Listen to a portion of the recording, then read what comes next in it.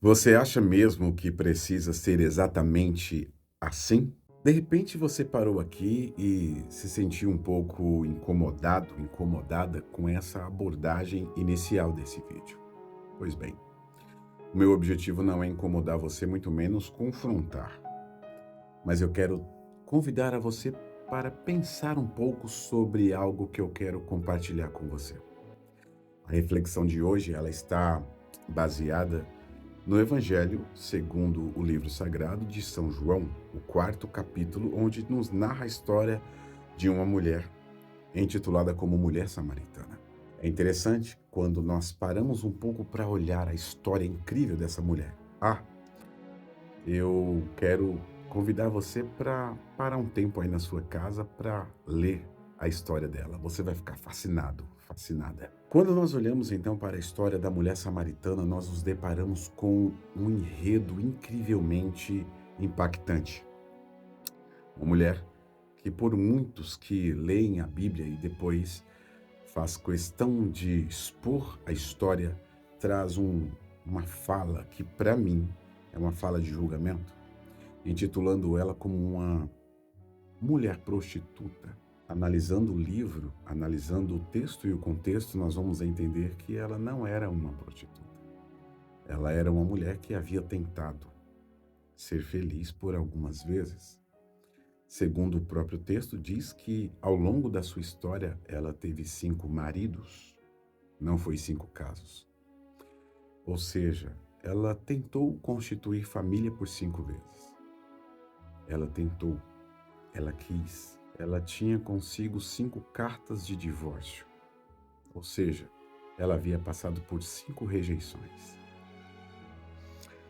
Houve um momento que ela parou e percebeu: a sorte não estava a favor dela. E ela então, caindo em desespero, mergulha em um caso que foge totalmente de tudo que ela tinha feito ao longo da sua vida. Pois é. Ela resolve então entrar em uma situação onde o homem que agora ela está se relacionando é um homem que já tem um relacionamento. Naquele auge de desespero, entendendo que nada estava dando certo, ela parte para uma ação desesperadora. E quando ela parte para aquela ação desesperadora e começa então a ter um caso com um homem, que de fato é um homem comprometido, aí o livro traz, no versículo de número 4, abre-se as cortinas com a palavra necessidade. O livro diz: e era-lhe necessário, quem? Jesus, o Mestre, passar por Samaria, ir a uma cidade chamada Sicar, dentro de Samaria. Sentou à beira de um poço ao meio-dia. Ele estava com sede, se isolou, pediu para que os seus amigos, discípulos, fossem ao centro comercial. Ele sabia que naquela hora aquela mulher estaria por ali. E ele ficou à espera dela, próximo ao meio-dia. Era uma conversa que somente ele e ela poderia ter. Ela chega, não o reconhece, não sabe quem é, o seu olhar está fechado, sua boca está calada. Ela percebe pela indumentária que não é um judeu de Samaria, mas é um judeu de fora.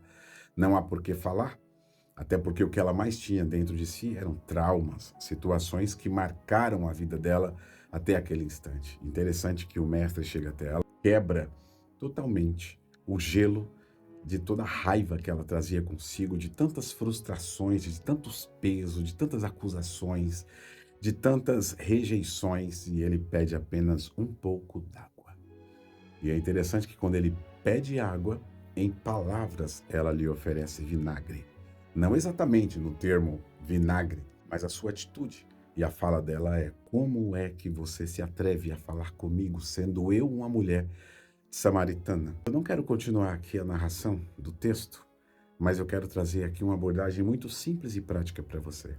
Quantas vezes nós vamos nos permitindo que algumas situações ao longo do passado venham nos enclausular e nos deixar em uma situação quase que incomunicável com as pessoas, como se absolutamente todo mundo fosse culpado das mazelas que podem acontecer ao longo da nossa vida. E é interessante que, baseando-se em todas as situações que nós vamos atravessando, vamos tomando decisões tão radicais querendo descontar em tanta gente, evitar tantas pessoas, evitar lugares, mudar rotinas, só para não nos conectarmos com pessoas. Quando, na verdade, a problemática não está nas pessoas, está em nós. Mas, nesse texto, mostra que, quando ela partiu para o desespero, o Mestre Jesus entra na história. Talvez você esteja pensando em alguns atos desesperadores. Não exatamente como ela fez, mas pensando algumas coisas que você sabe que não é de você, não pertence a você. Talvez toda a amargura da vida lhe trouxe a essência do vinagre nos seus lábios. Talvez a doçura do vinho na sua alma e para você já se acabou. E de tantas situações negativas que você foi atravessando, decepções, traições e tantas coisas frustrantes, o vinagre agora tomou conta de você. E aos poucos você está percebendo que está se tornando uma pessoa amarga, azeda para tanta gente. Vive de mau humor, não consegue mais olhar a vida, o mundo com empatia, não consegue enxergar os tons, as cores, as matizes de fato que a vida traz para nós. Mas parece que o que era colorido tornou-se preto e branco apenas. Mas eu quero convidar você, nesse singelo vídeo, a refletir e pensar e sair para dentro. E eu pergunto para você, de fato precisa ser assim? Que tal você olhar para você com um pouquinho mais de empatia?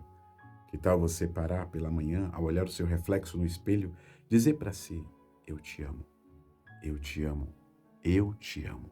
Não esperar que os outros digam, mas você dizer. Afinal, você é o seu jardim.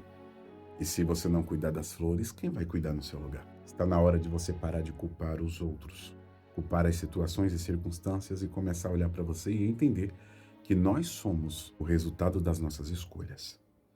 E que está mais do que na hora de desenvolver autorresponsabilidade, parar de destilar nas pessoas o vinagre que a vida lhe proporcionou e permitir que dentro de você haja uma transformação do vinagre para o vinho.